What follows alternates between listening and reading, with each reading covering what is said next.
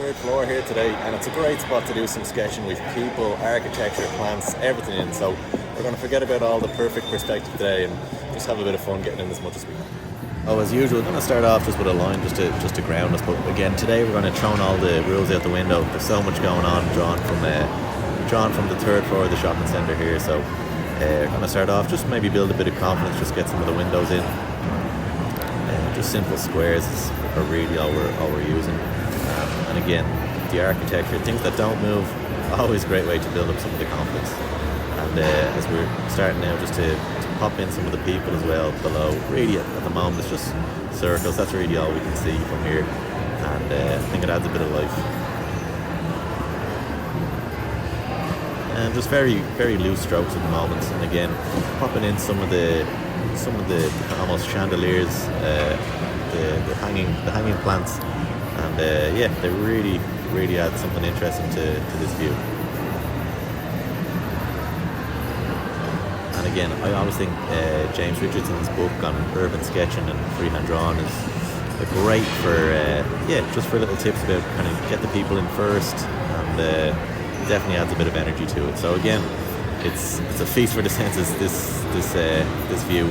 There's so much going on. So again, just really coming back to and playing with the surroundings again, the architecture, the windows, the different levels, mezzanine, all that can go in just with simple shapes.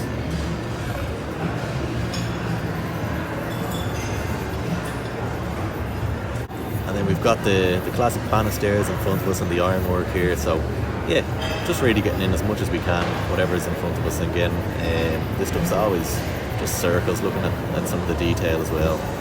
Keeping things nice and loose, don't go too heavy on it at the start. And again, people are popping in, walking by down below. So yeah, just coming back to simple circles for the heads. That's kind of all we can see from up here.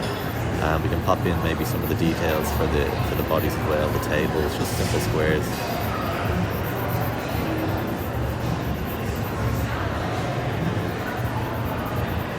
Some of the more detail downstairs for the restaurant.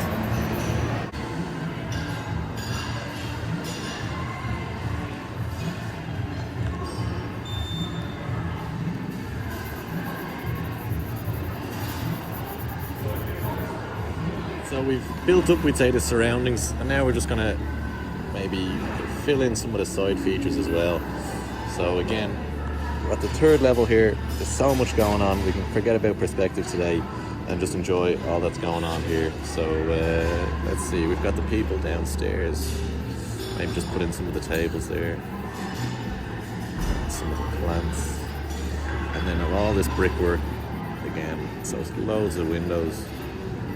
And again, we have these almost chandeliers of hanging plants just suspended.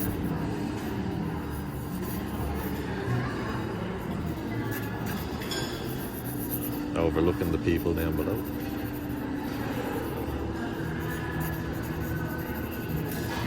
What I might do is just lace in a bit of green, just to give a bit of life to the shrubs, the plants there.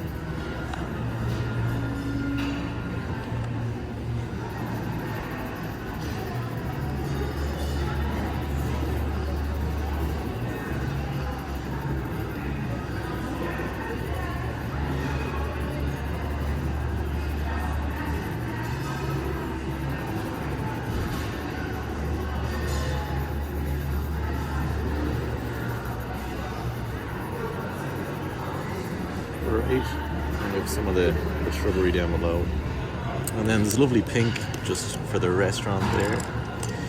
Let's see.